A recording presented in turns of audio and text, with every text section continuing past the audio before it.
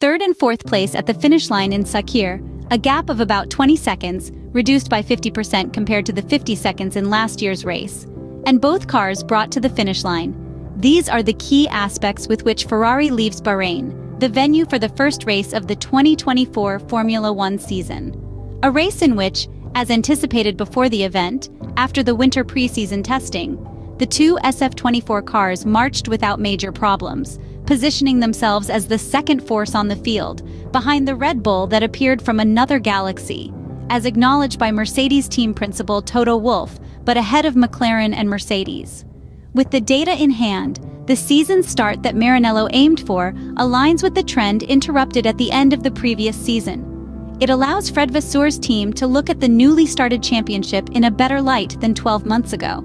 However, they are aware that the work required to bridge the gap from Red Bull will be significant, given the expected half-second gap per lap in the race, while also having to deal with some technical problems that once again affected the Ferrari cars. A significant gap to Red Bull, despite the fact that team principal Fréd Vasseur downplayed the 20 seconds to Max Verstappen, pointing out to the first race of 2023 as a reference point. The gap, when referring to Abu Dhabi, the final race of the year, about 18 seconds, takes on a different significance and unfortunately highlights a step backward. Fréd Vasseur, skilled at filtering impressions from the track outside the numerical data, looked at the glass half full. Sakhir has established that Ferrari is the second force ahead of Mercedes and McLaren. Everyone will agree on this, and there are few doubts. The Frenchman emphasized that the SF24 has halved the gap to Red Bull compared to last year in Bahrain.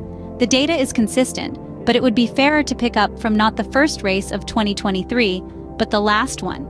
The result then indicates a half-second deficit per lap as compared to the RB20. Definitely too much for those with the ambition to close the gap with the Dutchman. In Sakhir, there were also technical problems for the Maranello team.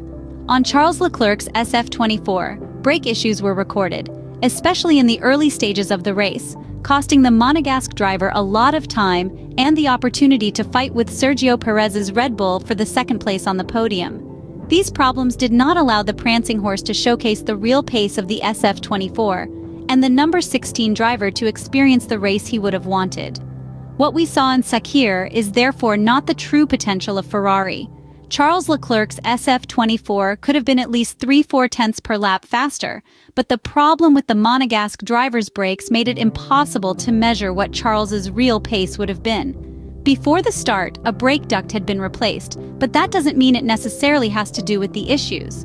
The Ferrari driver immediately reported via radio that he had a problem with the brakes, as the red car pulled to the right during braking. Charles had to race managing sudden lockups, and it must be said that he was good at bringing home a result worth 12 precious points in the championship, because other drivers might have even thought about retiring.